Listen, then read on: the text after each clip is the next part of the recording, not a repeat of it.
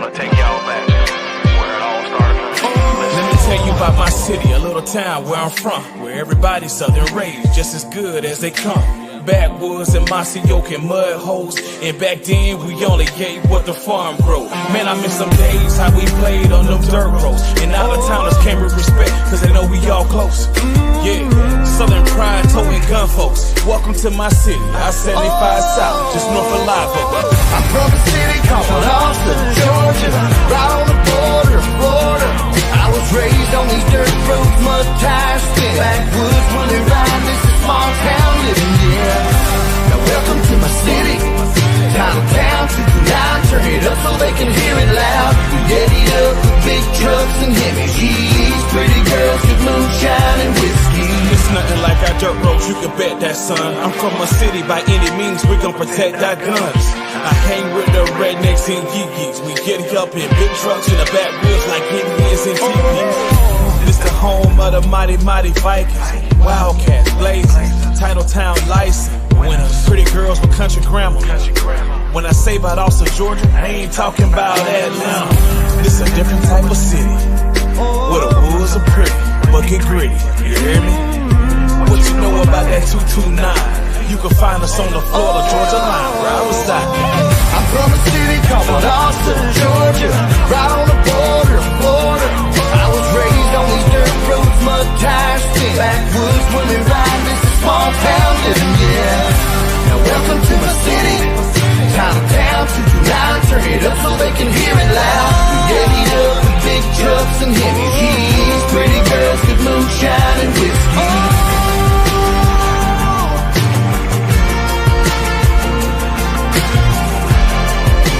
Moonshine and whiskey. Some folks really don't understand how important it is and never forget where you came from. You know, when I say Lowndes County, man, I mean Lowndes County. I'm from a city called Austin, Georgia, right on the border of Florida. I was raised on these dirt roads, mud tires, spin backwoods when they ride. This is small town living, yeah. Now welcome to my city, town of town, 229, turn it up so they can hear it loud. We daddy up with big trucks and heavy G's, pretty girls with moonshine and whiskey.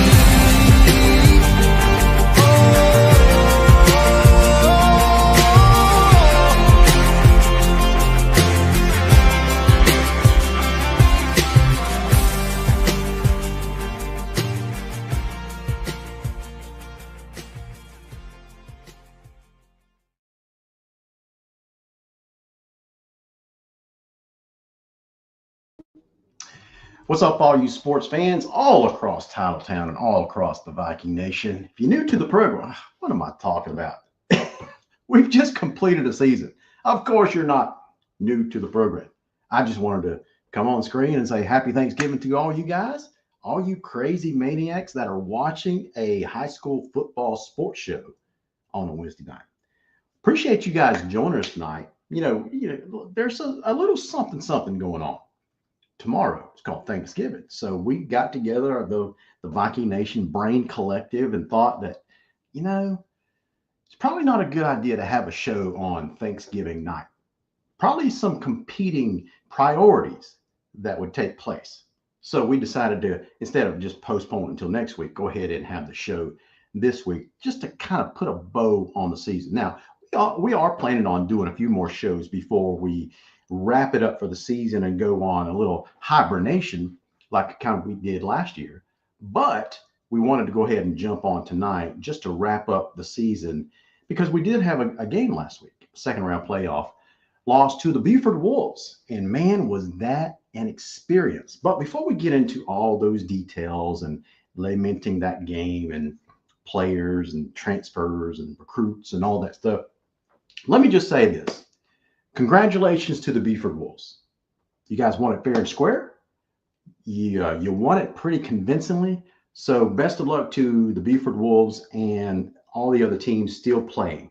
Now, especially the Region 2 5A teams that are from South and Middle Georgia. You got Houston County, you got Lee County, Thomas County Central, and Coffee County still in the second highest classification. Can you imagine that? What if those guys win this week? To have all four teams from one region in a semifinal appearance. Man, would that be something else or what?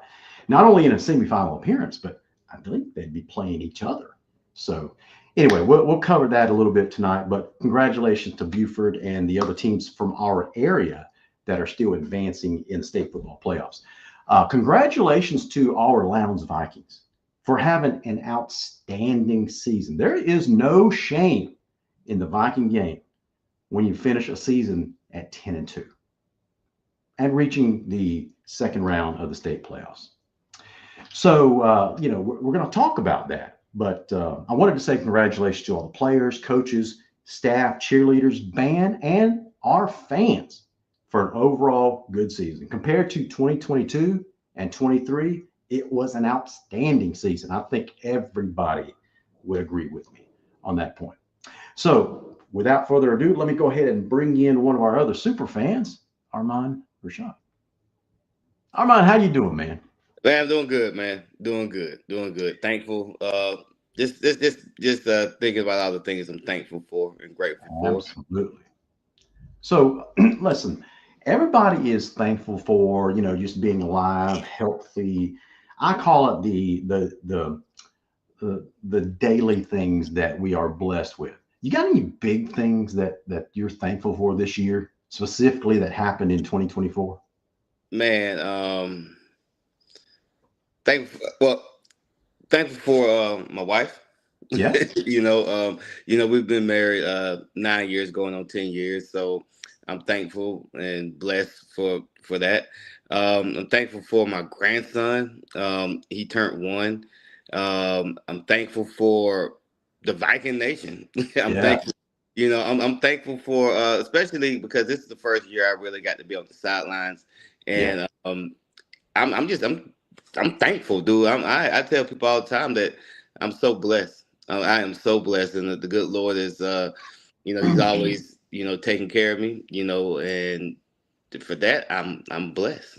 So Absolutely, man. I'm thankful for you and Chase as well, because it's hard to do this thing, not just this show, but there's, as you know now, there's a lot of things that go on behind the scenes to do this production called the Viking Nation on Friday nights during the week with photo editing, taking pictures, taking videos, putting all this stuff together, coming up with stuff to talk about. And so it takes a team. And so I'm not going to say it takes a village because I can't stand that expression, but I do recognize that it takes a team. So anyway, I appreciate you guys. I also appreciate my family and all that jazz. There's a lot of people in this world, yeah, even in this town, that are for one reason or another, they don't feel as blessed. So, but I want to talk to them for a second. If you are living in this community, regardless of what your condition is in life, you are blessed. If you are living in this state and this nation, regardless of your orientation, your religion, your political affiliation, if you are in this country, you are blessed. So we're going to kick off the season of Thanksgiving with that. Let's talk about the game a little bit and where we go from here. So before we do that, let me go ahead and acknowledge some of our viewers for tonight. Guys, I want to thank you guys for catching us on a Wednesday night, the night before Thanksgiving, when you could be doing so many other things, including just chilling and relaxing, right? So I want to thank Michael Baxter for joining us tonight, Jason Burnett, Nathan Lincoln, Jerry Safford, Casey Harrell. Casey, always a loyal viewer. Scott Cootie, Joyce Cootie, David Behringer. He says, I'm thankful for you, LJ. Hey, David, thank you so much for your friendship, buddy. I do value you and your family's friendship. Travis Hart checking in with us. John Carroll says, good season. But what is the deal with all the pooch kicks lately in the season? So we'll talk about that a little bit. There is a reason for them. So we'll talk about that for a little bit. Jerry Safford says, do we have any good running backs playing next year? Of course. Yeah, we're going to have some. Thank you for the Viking Nation. Joyce Cootie says, David Barron says, I think Lowndes overperformed this year. They have a very bright future. Okay, we'll touch on that a little bit. Let's talk about Armand this game this past week. Yeah. So you got a chance because of listen. I want to mention something because of one of the blessings that you had this year personally, right? Oh yeah. Moving over to staying with the same company, but moving over to a different facet of that. I guess advancing your career, and you have been going at it gangbusters probably for the last half of the year, right? And so because of that, you couldn't get off early enough to go to make the trek up to Buford to join us live, but you did catch the game on GPB. Yeah. What was your initial impression? It was how can I say this? Interesting to say the least. Okay. Because the whole time, like this is the first time I'm really watching it that's not live on the field, right? That's So right. it's almost like I got the all 22 view. And so I'm looking at it and I'm like, okay, yeah, we're right there. And then boom, we miss a tackle. Or like I'm seeing it and I'm like, okay, hit the hole. Oh man, they collapsed the hole, And I'm looking at it and I'm just seeing like, okay, we're like inches away from, having a big play or a big stop. And listen, Buford is as talented as any team in the nation. So don't I don't want to take anything away from Buford. But I also don't want to take anything away from our kids because they went out there and they played hard. The one thing I can say, I didn't see a team that gave up. They fought to the very end, even when the score was well out of hand. They just never gave up, and that's what I saw. But just watching it, it was kind of surreal because I'm like, oh man, we just right there. We're so close. We're so close to making that stop, so close to getting that first down. And for one reason or another, we just didn't, we didn't hit the goal, hit the mark. But overall, I can honestly say, like from a talent standpoint, we're not that far behind Buford. You know, we can compete with them, and I hate using that. You know how I feel about the compete, but but we can compete with them, and some things just didn't go our way, and that was the result. But can I say this one thing, Larry? I watched this team like grow. I mean, week after week after week after week, and they grew together. It wasn't just one person. Um, they grew together as a team, and you could tell Yeah. it was a real family vibe. They gelled, and they had a heck of a season. And the one thing I think at the beginning of the season, you actually know what do I want to see. And I told you I want to see progression. I want to see if this team progress, because if this team is progressing, then that's a mark of success. You Right. might not always hit the ultimate goal, but if you're progressing, then that's something to build off of. So Okay. All right. I can take that. I can accept that. yeah, Listen, last week we went over the Maxwell computer projections, the predictions. Okay. We kind of, as a group, not just us on the screen, but our audience in general, we all kind of lampooned it, right? Saying there was no way. But they were pretty close. Not yeah, just for the Lowndes Buford score, but the Valdosta Carrollton prediction as well. Now yeah, it's interesting that they don't look at recruits or D1 offers or anything like that. Their model basically looks at historical performance, including this season, and comes up with some type of crazy algorithm, and it comes up with a prediction. And I was surprised at how well they've projected games over the last probably 5 years. But anyway, they came pretty close. They must know something. That computer must know something that we don't. Do you know what this game reminded me of? what's that? Now, y'all don't throw anything at the screen when I say this. Okay, it just was a thought that came to mind. It reminded me of the 2022 first round playoff game against Carrollton. When Lowndes traveled up to Carrollton, it almost was the exact same script. Lowndes goes up there as an underdog. We play them close for probably most of the first half, kind of like we did Buford. And then the second half, they just blew it wide open, and we just had no answer for it. And in that way, it reminded me of that game against Carrollton in 22. But this is exactly what happened this year, because I made a note of it that with 2 minutes and I want to say 2 minutes and 30 something seconds left in the first half, it was only 14-7. Yeah. And then Buford gets that kickoff, and they score so quickly in a minute and a half with a minute left in the first half. Now they stretch it out to 21-7. And from that point, we go into the half, and it just seemed like, even though it's just two scores, and we've seen teams come back from two scores, it just felt like a mountain that we had to climb. And that mountain was getting steeper and steeper. Yeah, you know that last touchdown right before the half, well, that was a gut bust. You know that was a kick to the gut. But and I still felt like coming out of the second half that we're still in there, because it's only two scores. Yeah. And two scores is never really safe. But I just felt like, man, if we could have that right there, that score probably changed our approach offensively. And it kind of it makes you get uncomfortable. And that's what you want to do. You want to do what you do. You want to stay comfortable in what you are and what you do as a team, Right. and make the other team do things uncharacteristically. And Right. that's kind of what they did. They kind of forced us to, hey, we got to, maybe normally we'll call this play, but we're calling that play because we're trying to score quickly.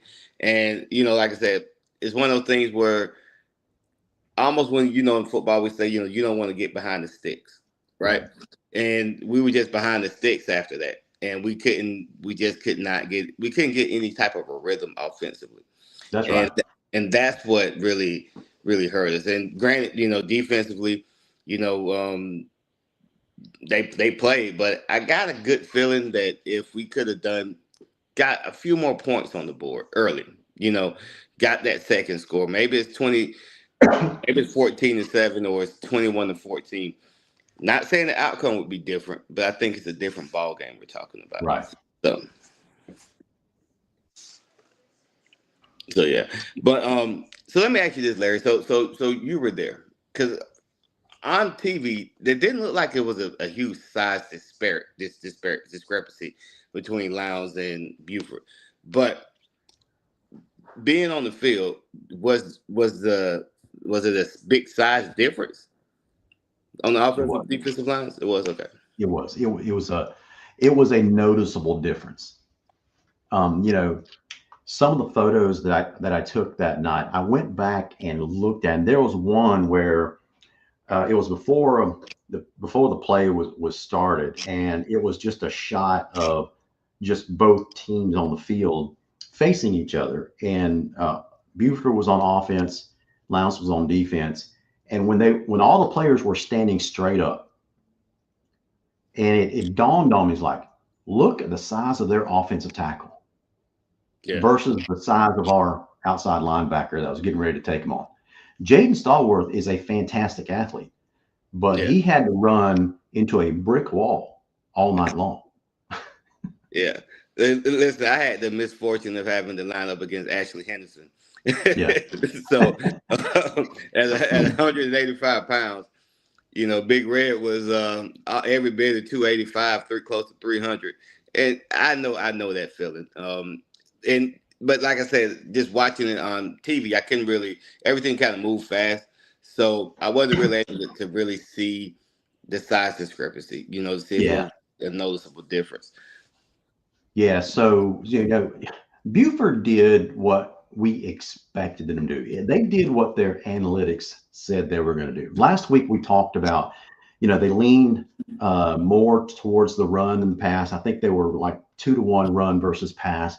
And that's what they did. They last night, they probably ran more in that game than statistically what they did all year long, because they didn't really have to pass. They did it to keep us honest, basically, because we had no answer for their running game. Let me give you an idea of what they did. So they prefer to run, and that's what they did against us. They ran it 41 times for 252 yards. They averaged about 6 yards a carry. Wow. And so they passed enough to keep us honest. They threw it only 12 times, completing about half of those, completing 5 passes out of 12. But those 5 completions averaged 32 yards a pop. Yeah, they got I think that one touchdown, the second touchdown was about what, 70 something yards? Yeah. Yeah. So there's no shame, like I said earlier, about losing a second round game to a very talented team like Buford. And when I say talented, I went back and looked up how many kids they have that have Skyly offers. Okay. And I counted up, according to the On3 database, they have 21 3 and 4 stars.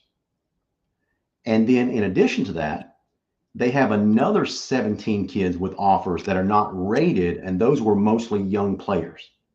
Oh, wow. So total, they have 38 plus players with Division I offers. Well, think about this, Larry. Look at the running back room. So the kid who scored the first touchdown, right? He didn't play again until what, 3 minutes left in the second half, first half. Yeah. And they had that rotation, and man, like their depth. That's the one thing I've always stressed is depth. You know, they had to, even though they didn't have to go into it, but that depth, if you got quality depth, what that does even more so than game night, it prepares you throughout the week because you're going against top notch, talent. That's why like Kirby Smart, and Nick Saban, they stockpile those 4 and 5 stars because they know in practice they're probably just as talented on the second and third string than 85% of the rest of the country. And so when you have that quality depth, man, it only makes you better, and it makes Friday nights real easy. So, yep. Mm-hmm. So listen, I know that we have talented kids as well. So I don't know how legitimate is it for us to compare our kids with offers versus their kids. All I know is when I look up and down their roster, they've got almost 40 kids with offers. Yeah, we might have half of that. If we're lucky. Like, yeah, if we're lucky, I think right now we're sitting at about 15, 16. Not sure. Yeah. But nevertheless, though, I look at our kids, and the one thing I can say is that it's coming.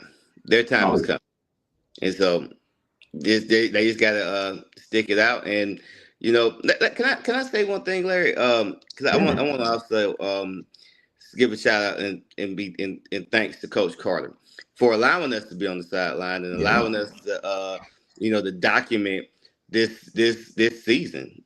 Like when you think about programs, this season here could be the foundation. This is laying the foundation to build the house. And it has to start somewhere.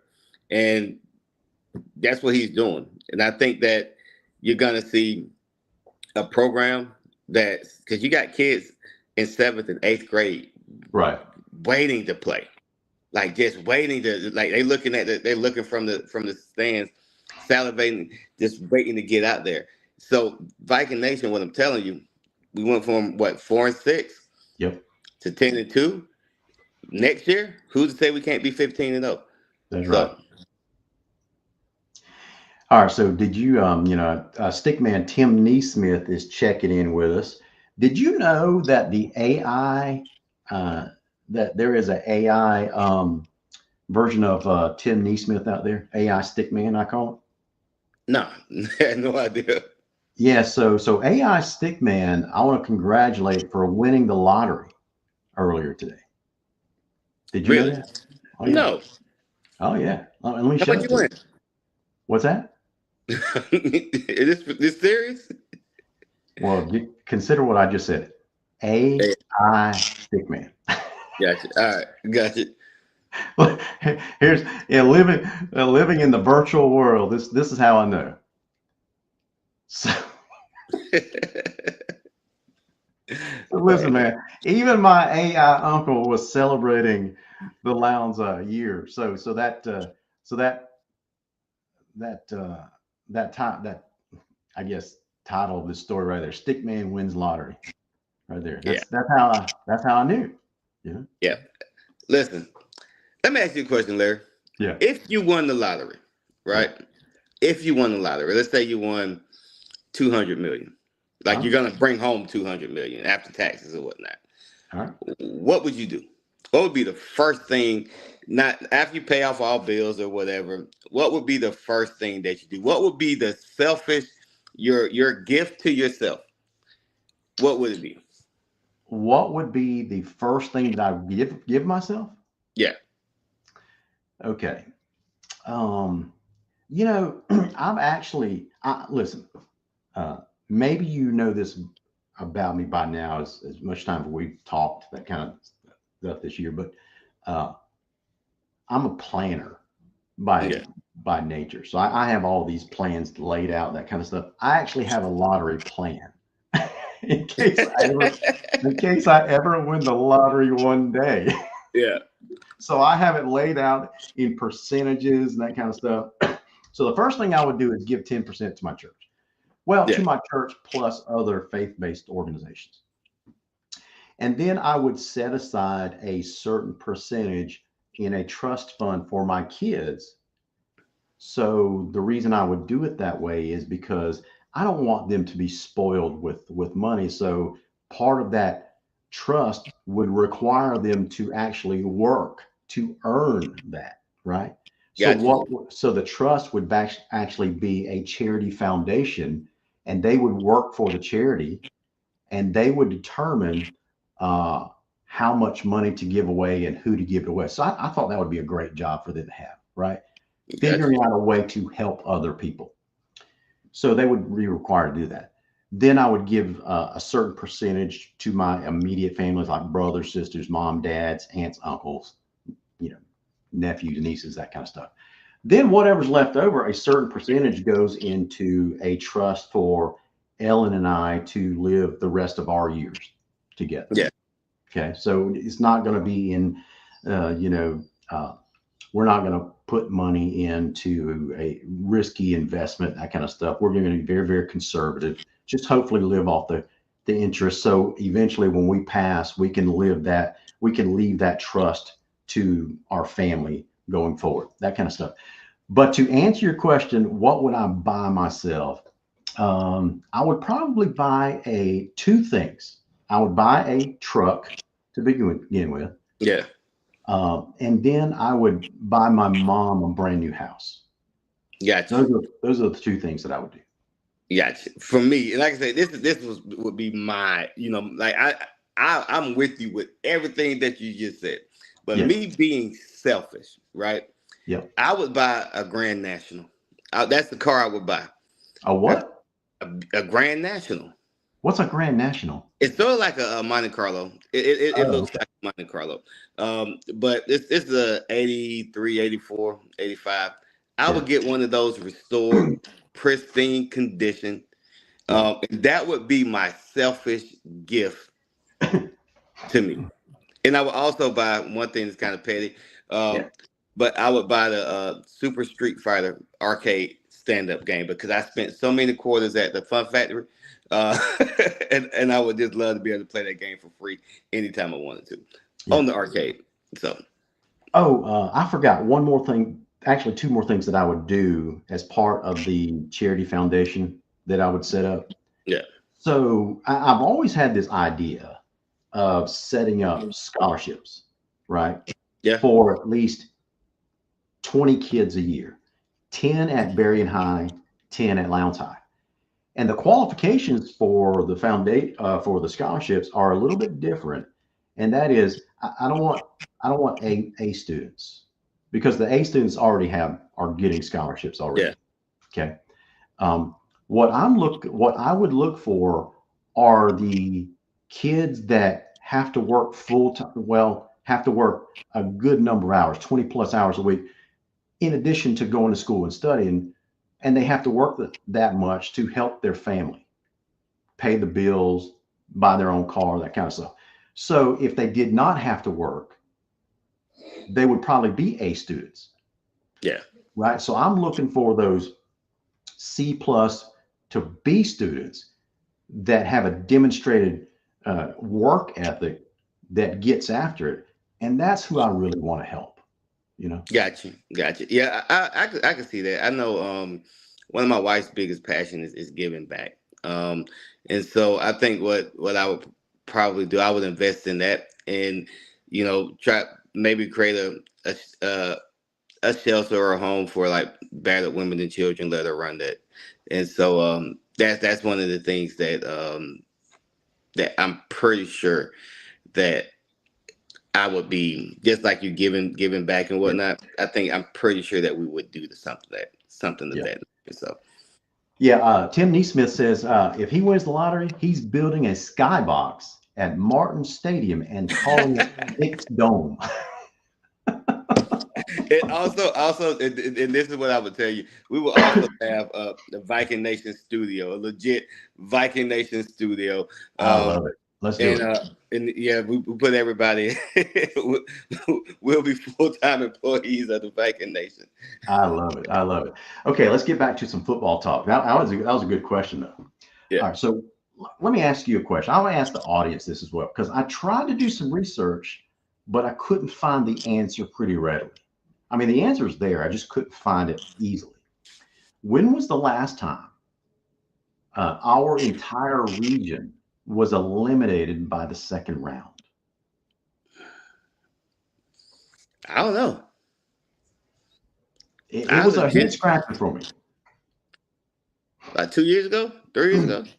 I'm not sure. I'm not sure, but it happened this year. I know it happened this year, but everybody's home for Thanksgiving. That's But but I can't remember. Well, no, because the one year we lost, but Moultrie, Colquitt, they went on Yep. a couple of weeks. I can't remember as long. We've always seemed to have at least one, Right. right? That kind of progresses to at least the quarterfinals. That's right. So I can't remember a time when all of us were I can't either. So I'm going to continue to look for that. So if you're in the audience or you're watching this later on demand after you enjoy your Thanksgiving turkey and fillings, uh, if you know the answer to that, send me a DM, give me a shout, call me, whatever you want to do. When was the last time our region was completely eliminated by the end of the second round? It's probably been a while. I can't recall. Yeah. I'm sure it happened. I just can't remember when. Maybe So it never happened until this year. could be. I'm sure it's happened before. So it leads to the next question. Is Region 1 at a major disadvantage now to the metro schools? If so, how? I don't think so. You Uh, don't think that we're at a major disadvantage? no. Like let's think about it. Look, 4 years ago, maybe 5 years ago, Yeah. we were playing for a state championship, right? Yep. Colquitt has made semifinal runs. You know what I mean? So we're not. I don't think we're at a major disadvantage. I think that the issue that we have is that we don't have uh, a heavily revolving door of talent where talent's easily moving in and out of the area. That's where we're at a disadvantage. But I think we're actually at is more advantageous to us because I'd rather have a matter of fact. Chase is going to be upset with me, but case in point, Florida State. Florida Yeah. State has all this talent that came from everywhere, right? All this talent that came from everywhere, but they're not a team. They're just Yeah. a bunch of talented individuals. That's some of the cases that you run into when you do that, as opposed to you maybe bring in 3 or 4 transfers. Maybe, and I know I'm talking on the collegiate level, and you might be saying, okay, it's not apples to apples, but I think for us down here, the fact that we have our kids together and they're coming up through those ranks from middle school all the way to high school. I think there's more of an advantage in our favor. I think we just got to have the right mix of talent, you know, and we can succeed because I'm pretty sure there were there were teams that, matter of fact, I when we played Collins Hill, we they had what's the dude named Travis Hunter, Yeah. and I think Sam Horn, that was his name. But other than that, we weren't really at a major disadvantage, other than those two uber talented players, and we didn't even have our best players, playing. And it you know, wasn't too bad. It was bad, but it wasn't too bad. But nevertheless, we just gotta get that group of players that's gonna come in. Like, think about it from the time that we won those state championships from '04 to '08. Yeah. That was that was talent that came through that was all together, right? And even sometimes we weren't more talented than the teams that we beat, than some of the teams we beat, but we had the right players at the right time and they gelled. So that's what I'm saying, because you don't always have to have the most talent to win. You just got to have the best team. So All right. So the last time some team outside of the Metro Atlanta area won a state championship in the highest classification was in 2015. In back-to-back years, 2014, 2015, that was Colquitt County. yeah. And before that, it was all the way back in 2009 with Camden County. So in the early 2000s, early to mid to late 2000s was Region One's heyday. Yeah. Then you had Colquitt County with a super loaded team back-to-back years. And so they had a cycle of athletes to come through. But since 2015, we haven't won a state championship down here. So here's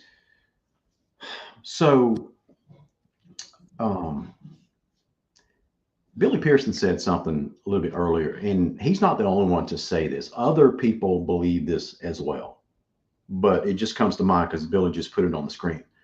But other people have been saying this for years, and I was in the camp where you are now, and that is, a lot of people would say this area, Region 1 specifically, will not win another state championship in the highest classification because here's the prevailing thought. We can't seem to overcome the number of starred athletes that the metro schools have. Now, I asked my buddy Phil Jones. He completely disagrees with that. And so when I would bring up, the metro schools just have greater numbers, whether they're transfers or recruits or even if they just grow up and play in their districts they grew up in. They just have millions of people up there, and millions of people means a lot of kids with a lot of talent. Right? Talent pool's a little deeper. Yeah. So the talent pool's deeper. So his argument, his pushback was, listen, that will take care of itself because the metro area is going to continue to grow. That means more high schools are being built. More high schools being built means more talent is being diluted to those new high schools. Mm-hmm. So that will usually just even it out. And we're just in a bad cycle down here. I mean, I agree with Phil on that case. But I also think that, and maybe it's just me, like, I will never, ever say we're at a disadvantage. I believe that the best football is played down here in South Georgia. Has it gone our way? No. A lot of things, like sometimes the seating is all messed up where we're constantly on the road. You have to think about it. You want to keep your week as normal as possible. But the minute that you have to get on the road, that's, like for us, we only had two away games? Yeah. This year, and they were to where Moultrie and Tifton. So, we didn't have to travel far, but we had to, when we went up to Beaufort, that's a 5-hour ride on a bus? 5 hours. And then they left the night before, so none of them didn't sleep in their own bed, and as much as you want to say it, these are still 15, 16, 18, 17-year-old kids. So maybe they're not getting, maybe they're arrested. Well, I don't know. But these are still kids that are away from home. So they're out of their comfort zone. And so I just think if we can ever get a number one seed, if we don't have to travel, we're a threat. We're a threat. Just when it comes, when we get the opportunity, we just have to seize it. That's all I think. So, All right. So, um, you know, so when I was doing this show prep, laying out these questions, that kind of stuff, I started having some creative thoughts, trying to come up with, okay, so if we get on the bandwagon and we go down this what if road, this what if pathway for a second, okay? And we agree with some of our audience that says that we just can't compete with the number of athletes in these metro schools. It's very difficult to compete with 38 D1 scholarship offered athletes assembled on one team, right? It's just, we just showed that like this past Friday night. It's very difficult to compete with that. So, what's the solution? Are there any solutions? So, I came up with four possible scenarios. Okay. One is that we accept that nothing is wrong and just hope that we can compete. And so the second part of that is a kind of follow up to that. Know that something isn't quite right, but our answer is to wait on a cycle of super athletes, a big cycle like we've had in the past, like the 04, 05, 07 team, all the way through 08. We had a really great cycle of athletes, right? That I, hit all at one time. I would even go back further than that. I would say starting from 96, from 96 all the way until 2010, you Yeah, know, those 14 years was Lowndes winning 10 games year in and year out. yeah. Whether through the playoffs, whatever, we're winning at least 10 games, And the one thing I would say is that I think Lowndes' future is when it comes to. I'm not gonna say we're gonna win next year. Well, I will say that. I say that every year. Next year, Lowndes will win state. That's just how I'm just a homer like that. But what I'm saying is, I think that we have a collection of players, right? The key to it is to be able to keep them, to be able to keep them in the program. That's what it is. Like, think about how many kids left the program over the last 3 years for Okay. one reason or another. We got to be able to. They're homegrown, and we got to keep them. We just got to keep them in the program. Because I got many kids left and went to Valwood. Kids left and they just quit playing. Went to a different sport or Right. whatever. We just have to be able to keep them. And how you keep them is that they buy in. So the ones that bought in this year, they reap the rewards of the success. What does that do? That in turn makes other people say, "Hey, I want to be a part of that." And so once you get that buy-in, that you're good. And that starts with the community being behind them. That starts with the coaches being there. It's more to it than just the talent that's on the field. So I get what everybody's saying. Okay, it's 30 D1. So what? Who cares? They still got to line up and play. And we still got to line up and play them too. So if we can I don't know. I just believe that we're in good hands. Okay. All right. So you want to hear some other creative / crazy ideas? Go for it. All right. So solution number 3. Now these are possible solutions, and the last two are just crazy. Had to write down something to compete type of solutions. Okay. Not saying it's right or wrong. Just it is what it is.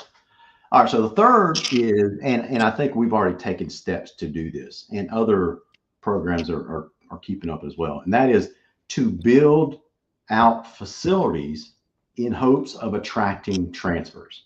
Let's be honest. That's why schools down here are doing this. It started with Colquitt County. Lowndes did it. Now, Valdosta is afraid that they're going to be left behind and kids are going to transfer over to Lowndes. So Valdosta is going to build up their facilities to compete. And then you're going to, and you see Thomas County Central doing this, so the build, because the reason why I know this is happening is because I listened to an interview with that Rush Probst gave one day. And he was talking pretty fast, that kind of stuff. And he was talking about the reason you build out these facilities, to build up your facilities on your campus, right? So when kids, not to recruit them, but when kids naturally want to transfer and they start looking around, and your facilities is a big deal to them and their families. Yeah, but think about it this way, and this is why I can't necessarily agree with it, because how many people, right, Yeah. that's gonna do what the kid did from California, Garcia, move all the way from California to Little Valdosta, Georgia, right? Correct. Yeah. Like how many scenarios can actually play out like that? Most of these families don't have the resources to do something like that. That's right. Sure, you might get a kid that lives in Ashburn, and he said, "Hey, and his parents just could say, okay, yeah, let's move to Valdosta because there's more career opportunity for me. I get you at the school that you want to." You know what I mean? That might happen, or maybe they want to go, but honestly, that's not really going to happen too much. You might get a kid moved from Madison, because his parents got a job in Valdosta, because this is, everybody kind of congregates to Valdosta. And let's just face it, the prime real estate's in the county. So those who are moving to Valdosta are moving to the county. Very few are actually moving within the city limits, because it's just not there. But it's not realistic for us to say we're going to attract recruits, because most families just don't have the resources to uproot and move just so your kid can go to a certain high school. Not down here. Well, it's happening a lot. There are kids moving to South Georgia for this. And there's kids in neighboring communities that it's a pretty easy commute down 75. Yeah, somebody got a cousin that live in Naylor or Hey Hi. All right, so we're running out of time. So let me give you these other two wild ideas. Now, listen, these last two, this is just me talking just talking crazy, but I'll just throw them out there. So a lot of people accuse the Metro Atlanta teams of outright recruiting. Okay. If that is the case,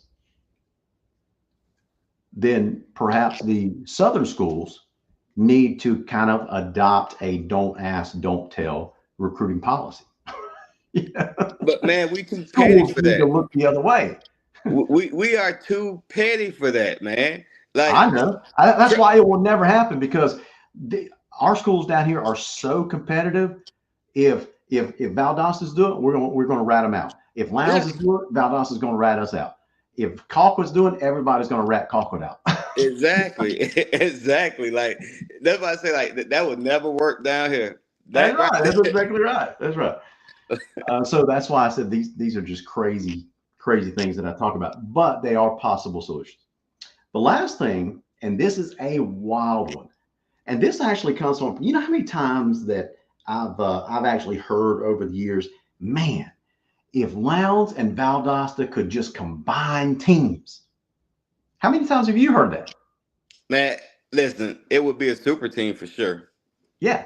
And we would probably never lose a game if we combine teams. That's how much talent that is within Lowndes, the Lowndes County, Valdosta area. Like, yeah, it would definitely resemble IMG. Forget That's Buford. exactly right. That's exactly right. It would be similar to IMG. So what if you had a rule at the GHSA level that said this: in disadvantaged regions of the state, when it comes to what the GHSA now calls competitive balance, yeah, right? Because they're using that term for possible reclassification in the future. So I'm going to borrow that term for a different use. So what if the GHSA had a rule for disadvantaged regions to address competitive balance in terms of the playoff season? And so the GHSA would allow a region as a whole to come together and adopt basically a super assembled all-star team for the purpose of the playoffs. What do you think about that idea? I don't know. That's wild. That is wild, right? I can't even fathom that. Like, it would be unfair on so many levels. Like, Yeah. like just think about it. You can take 3 teams. You can take Lowndes, Colquitt, and Valdosta, right? Yeah. And you can pick whoever you want to put at quarterback, receiver, defensive back from each school, right? And I guarantee you, scores would be 75 to 15. You think Right? so? Yes. What? Let me back you up. Let me push back a little bit. What if you had those 3 teams that you named, Lowndes, Valdosta, and Colquitt, combine their teams for the purpose of the playoff, and that team went up to Atlanta to face Buford? Who wins that game? That team. The Tri-County. The Region 1 Tri-County All-Stars, huh? Yeah. They run the rough shot. I'm so serious. You think that would beat the Buford team? Yes. They Okay. beat IMG. Whoa. I'm telling you this. IMG, Mary Persons Catholic Academy, wherever, the one out in California, De La Salle, like that. Yes, that collection of talent within those 3 teams will compete against anybody. Yeah. Yes, I'm certain of that. Can you imagine the depth on that team? That's what I'm saying. That's what I'm saying. Like so just imagine if you got just think about this. You got Todd Robinson. You got and I'm just gonna go off the seniors, right? You got Todd Robinson, you got Road Dogg, you got well, not the seniors, but just you got Fennell, you have Jalen Carter, you have and I'm that's like offense. Make the exception and bring AJ from Colquitt. Those, and then you take 2 offensive linemen from Valdosta, 2 from Colquitt, 2 from Lowndes, and I guarantee you, they're scoring every time. We don't need a punter. We don't even need a punter. We don't need a punter. We don't even practice punting because we're not going to punt. I think you're getting carried away. I think you honestly. We might be able to go for 2 every single time. Like I'm telling you, it would not be close. Yeah. It would not be close because I'm telling you. Can you imagine a running back rotation, a running back room that included Jay Lamar from Colquitt County, Deron Foster, and Aleem Brown? Yep. Imagine that. Can you imagine an offensive wide receiver / quarterback, whatever, athlete room that included Jace Johnson and Todd Robinson and Marvis Parrish in the same room? That's what I'm saying. You don't even know who's lining up at quarterback. Right? You have no idea. They break the huddle. It's like, oh my God, I didn't know they could do some kind of crazy motion. And next thing you know, you thought it was Todd, but now it's Jace. And you got Jalen. I'm telling you, like they would not lose. Okay. But I am reminded by a viewer earlier that did make the observation. This is what they said, that if you combine Valdosta, Lowndes, and Moultrie, you still wouldn't have the number of D1 Power 5 commits as a Buford. Well, let me say this right here. Let me just say this really, really quick. When you live in that Atlanta metro area, there are more avenues to get seen by other other colleges, right? Yep.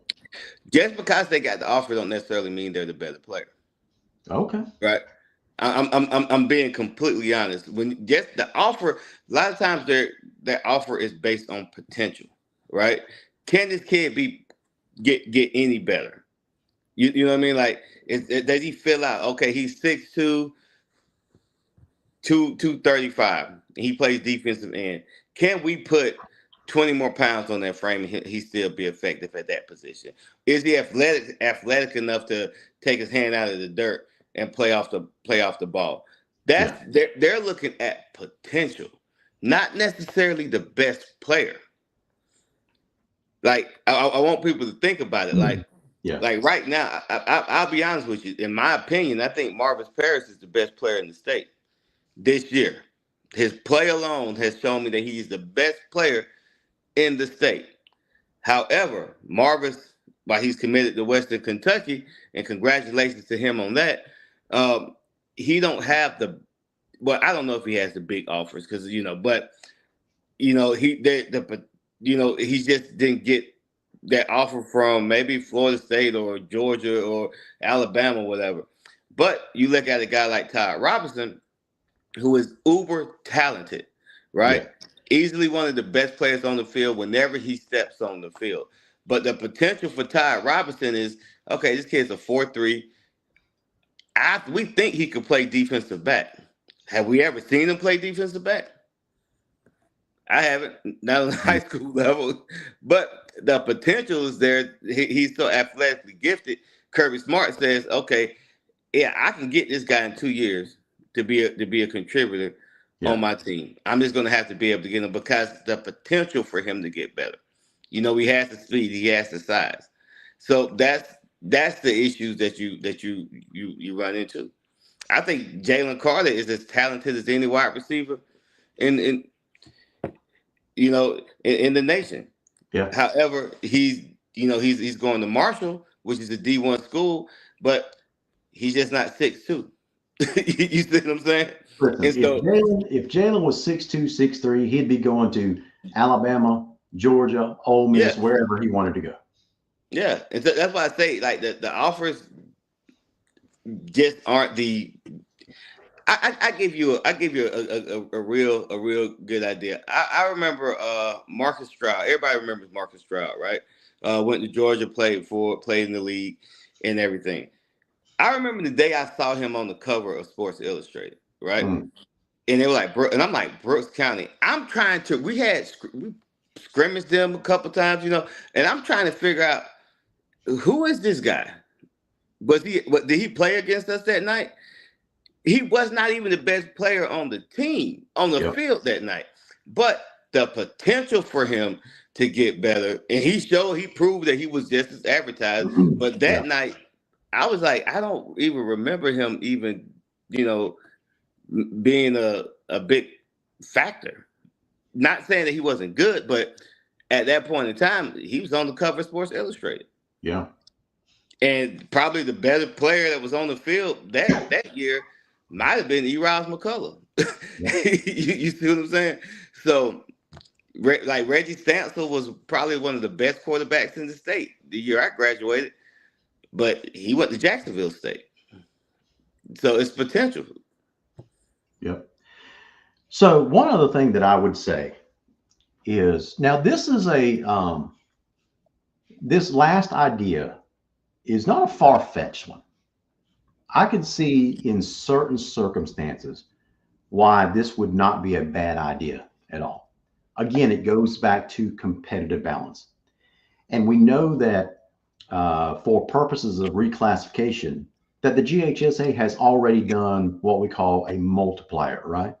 So if they have out of district kids going to your school, those kids are counted as 3 kids instead of 1 for purposes of reclassification. Okay. What if you had a negative multiplier? And the reason, what I mean by that is when you take a look at the competitive disadvantage of some of the schools that we have in the South versus the Metro Atlanta team, there is a disparity of talent. There is no bones about it. I'm talking about the talent pool as a whole, because we just have a smaller population down here, right? Mhm. So there is a larger talent disparity going forward because the metro Atlanta area shows no signs of letting up as far as population growth. Okay. So that population growth means more athletes that are on the way.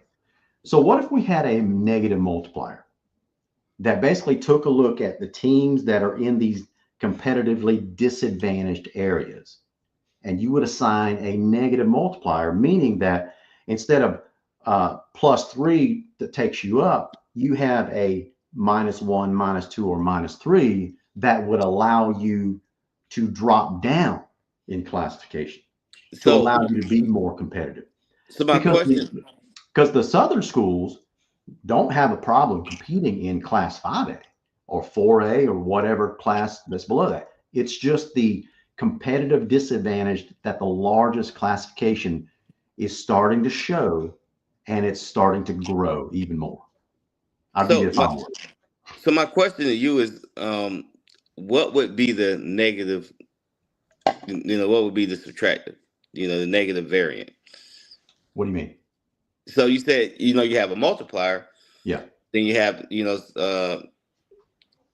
I don't even know the math term for it, but whatever you're going to subtract. Okay. So you would have to come up with some objective way of looking at the competitive disadvantage, what I call competitive balance. And so that formula could include the number of scholarship offers that schools have in a certain region versus another region, right? So South Georgia versus Atlanta.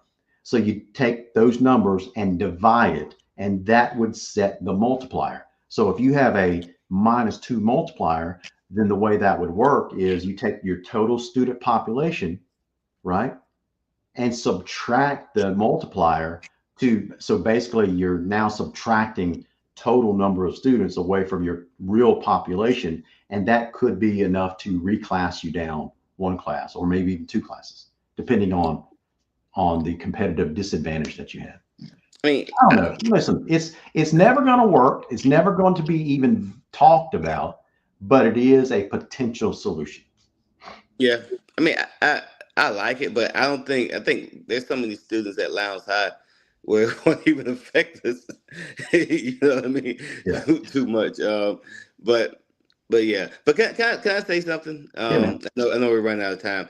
I want to give a shout out to those seniors of this class. Yeah. You guys went through so much in your 4 years at Lowndes High School. To everyone that stayed, I want to say you guys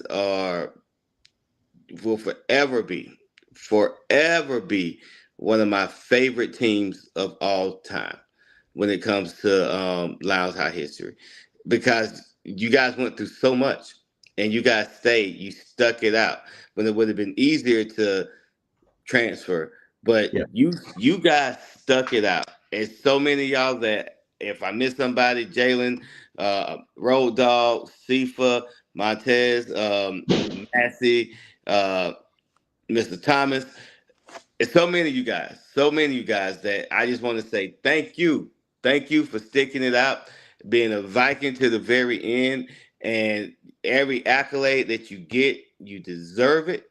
And listen, you guys had a heck of a season. Now it's on to the next, and thank you for help laying the foundation that's going to be the future of Lowndes County High School football. Absolutely. And so when we do our show next Thursday night, we'll take a little bit more time to properly recognize those seniors. But I'm glad you brought that up because it's a great way to end tonight's show. Yeah. So I'm thankful for you guys. That's what I'm thankful for. What happened this year, that I'm thankful for. I'm thankful for those seniors that stuck it out. And this has been one of my favorite as a fan. As a fan, this has been Absolutely. the funnest time I've ever had cheering you guys on. So Absolutely, man. Well, Armand, listen, tomorrow's Thanksgiving. Hope you're getting together with a big family gathering. Get filled with plenty of turkey and ham and stuffing or whatever you guys like to eat. We're having a get together at my house tomorrow also to celebrate my daughter's birthday. We usually combine those two things every year. So listen, whatever you guys do, enjoy tomorrow. Give thanks to a fantastic creator that loves every single one of you. And so with that said, may God bless every single one of you. And as always, go Vikings. Go Vikings. Chase, we missed you, buddy. We'll catch you next week.